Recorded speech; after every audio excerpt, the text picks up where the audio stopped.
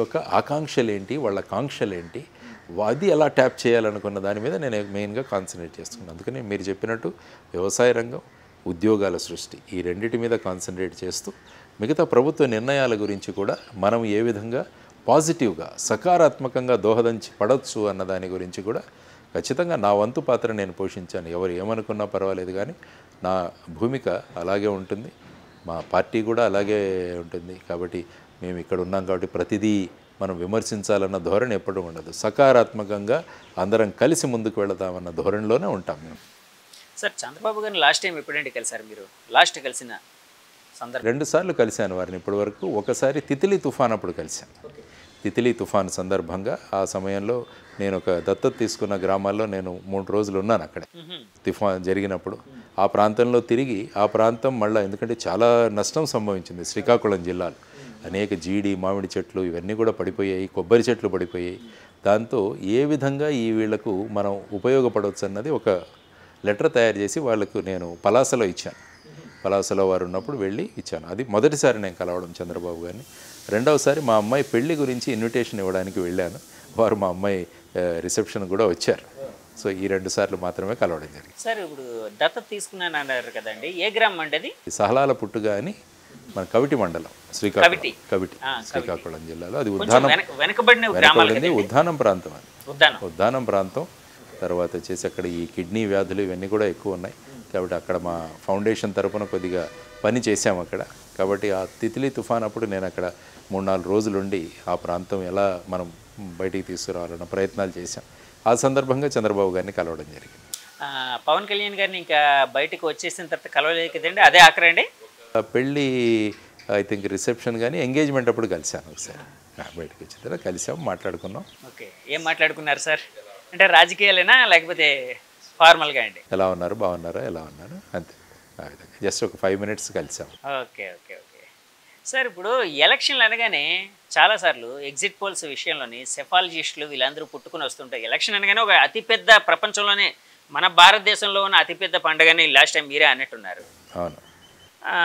సెఫాలజిస్టులు వీళ్ళందరూ వస్తూ ఉంటారు, రకరకాల ఎగ్జిట్ పోల్స్ ఇచ్చారు. ఈసారి ఎగ్జిట్ పోల్స్ చాలా మటుకు పాత గవర్నమెంట్ వైసీపీ ఎలాగైనా ఇక్కడ ఫామ్ చేయబోతుందన్నారు. కొన్ని ఎగ్జిట్ పోల్స్ ఏంటంటే టీడీపీకి వచ్చే అవకాశం ఉందని కూడా అన్నారు. అప్పుడు పరస్పర ఆరోపణలు కూడా జరిగాయి. అది పెయిడ్ అంటే ఇది పెయిడ్, ఇది పెయిడ్ అంటే అది పెయిడ్ అని రకరకాలుగా. వీళ్ళ మధ్య ఒక మెగాస్టార్ వచ్చాడు, కేకే, కిరణ్ కొండేటి అనే ఒక వ్యక్తి. కేకే అనే కూడా ఆయన 151 అని చెప్పారు. ఎస్, అవునండి, 2019లో చెప్పారు. ఈసారి 161 అన్నట్టుగా ఉంది. 161, 3 పెరిగాయి. 3 పెరిగాయి సార్. ఆయన 2019లో చెప్పినప్పుడు, అంటే టీడీపీ పార్టీ 20 సీట్లకి కన్ఫైన్ కాబోతుంది, వైసీపీ 151 సంథింగ్ ఏదో రాబోతుందని చెప్పినప్పుడు చాలామంది విమర్శించారు. అట్లాగే ఇప్పుడు 161 చెప్పారు యాక్చువల్గా ఆయన చెప్పిన ఒక అద్భుతమైన విషయం ఏంటంటే అండి, జనసేన పార్టీ 21కి 21 గెలుచుకోబోతుంది, వైసీపీకి ప్రతిపక్ష హోదా రాదు, ఇవన్నీ ఆయన చెప్పినవండి. ఆ రోజు చెప్పారు. అలాగే కూటమి 161 సీట్లు గెలుచుకోబోతుంది అన్నారు. ఇప్పుడు ఒక 3 సీట్లు ఎక్స్ట్రా గెలుచుకుంది, 164. సో ఆ వ్యక్తి, అంటే అవన్నీ మీరు చూసే ఉంటారు, మీరు కూడా గమనించే ఉంటారు. దాన్ని పరిశీలిస్తే ఏమనిపించిందండి ఆయన కోసం కానీ, లేకపోతే ఆ విశ్లేషణ కోసం? అంటే మనం ఈ సెఫాలజీలో కానీ ఎగ్జిట్ పోల్స్ కానీ ఎంత సైంటిఫిక్గా చేస్తామన్న దాని మీద రిజల్ట్స్ ఆధారపడి ఉంటాయి. ఎందుకంటే ఈ ఎగ్జిట్ పోల్ చేసేవాళ్ళు ఎవరు కూడా ఎంతమందిని మేము అడిగాము, మా శాంపుల్ సైజ్ ఎంత, పార్లమెంటు నియోజకవర్గంలో ఎంతమంది మహిళలు, ఎంతమంది పురుషులు, తర్వాత ఎంతమంది యువతరం, ఆ తర్వాత అర్బన్ ఎంత, రూరల్ ఎంత, ఈ స్టాటిస్టిక్స్ ఎవరు ఇవ్వరు. వాళ్ళు 100 మందిని ప్రశ్నించారా, 1000 మందిని ప్రశ్నించారా, 2 లక్షల మంది ప్రశ్నించారా, ఎక్కడా కూడా లేదు. ఎప్పుడైతే మన శాంపుల్ సైజ్ పెరుగుతుందో మనము రియాలిటీకి దగ్గరగా వెళతాం. సో నేను అనుకోవడం కేకే గారు ఎవరైతే ఉన్నారో వారి కిరణ్ గారు అనుకుంటారు, వారి చేసిన సర్వేలో ఐ థింక్ ఒక పెద్ద టీమును పెట్టి వాళ్ళు ఎక్కువ మందిని వాళ్ళు పరిశీలించుంటారు అనుకుంటున్నాను. అవును, నేను ఆయన ఇంటర్వ్యూ కూడా చేశానండి. ఆయన ఇంటర్వ్యూ చేసి పాపులర్గా ఉన్న సంస్థలకి ప్రజలు నిజం చెప్పరు. చాలామంది ఒక్కోసారి నిజం చెప్పకపోవచ్చు, అంటే ఫోన్ వస్తుంది ఎవరి దగ్గర నుంచి, మేము పలానా సంస్థ నుంచి మాట్లాడుతున్నామండి, మీరు ఏ పార్టీకి ఓటేశారంటే ఎవరు చెప్తారండి? కానీ యాక్చువల్గా ప్రత్యక్షంగా వెళ్ళి అక్కడ ఉండి చేసి, కాబట్టి కిరణ్ కొండేటి గారు వారు ఎలాగా ఈ చేశారన్నదాన్ని కూడా ఐ థింక్ మీరు నా ఇంటర్వ్యూలో ఆయన చెప్పారండి. నేను ఆల్రెడీ ఇంటర్వ్యూ చేశాను ఆయనది.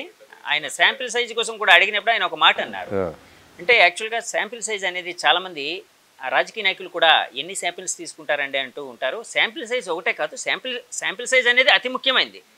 కానీ దానికంటే కూడా అతి ముఖ్యమైన కొన్ని ఉన్నాయండి. అంటే ఏ వర్గాలు ఎలా ఉన్నాయి, ఎలా అంటే ఆ పర్సంటేజ్ ఎలా ఉంది అక్కడ, అంటే ఒక్కొక్క ప్రాంతానికి ఒక్కొక్క సమస్య ఉంటుంది. యూనివర్సల్ సమస్య అంటూ ఎప్పుడు ఉండదు.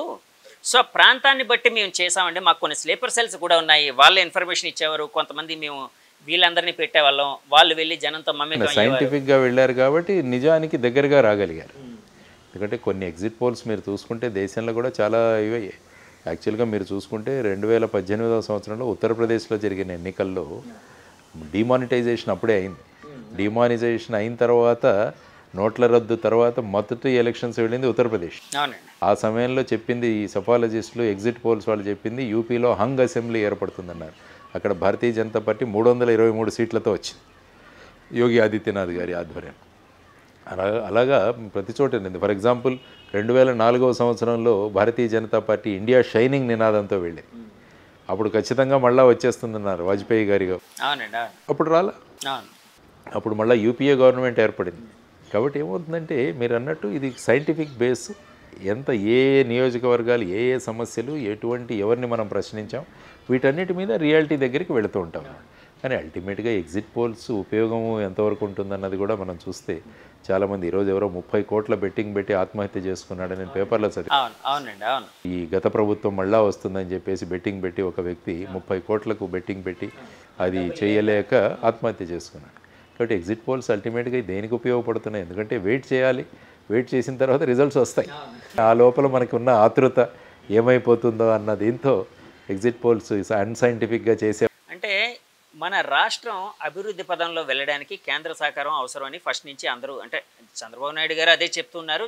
అసలు బీజేపీతో జత కట్టడానికి కారణమే అదని చెప్పారు ఆయన. ఎందుకంటే రేపు పొద్దున మనం వస్తే వాళ్ళు సహకారం ఉంటుంది, సో రాష్ట్రాన్ని ముందుకు తీసుకుని వెళ్ళొచ్చు అని.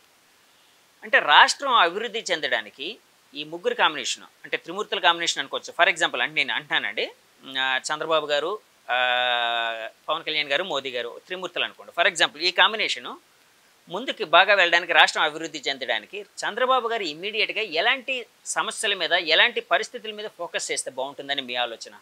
ఏది ఏమైనా కూడా రాష్ట్ర అభివృద్ధి అన్నది చాలా ముఖ్యం. అంటే రాష్ట్రాన్ని పెద్ద పెట్టున అభివృద్ధి ఎలా చేయాలి అన్న దాని మీద మనం తీసుకురావాలి. దానికి ఏ రాష్ట్రమైనా ఇప్పుడు అభివృద్ధి చెందాలి అంటే పెట్టుబడులు, ఇదే one of the bottom lines. తర్వాత మంచి లా అండ్ ఆర్డర్ ఏర్పాటు చేయడం.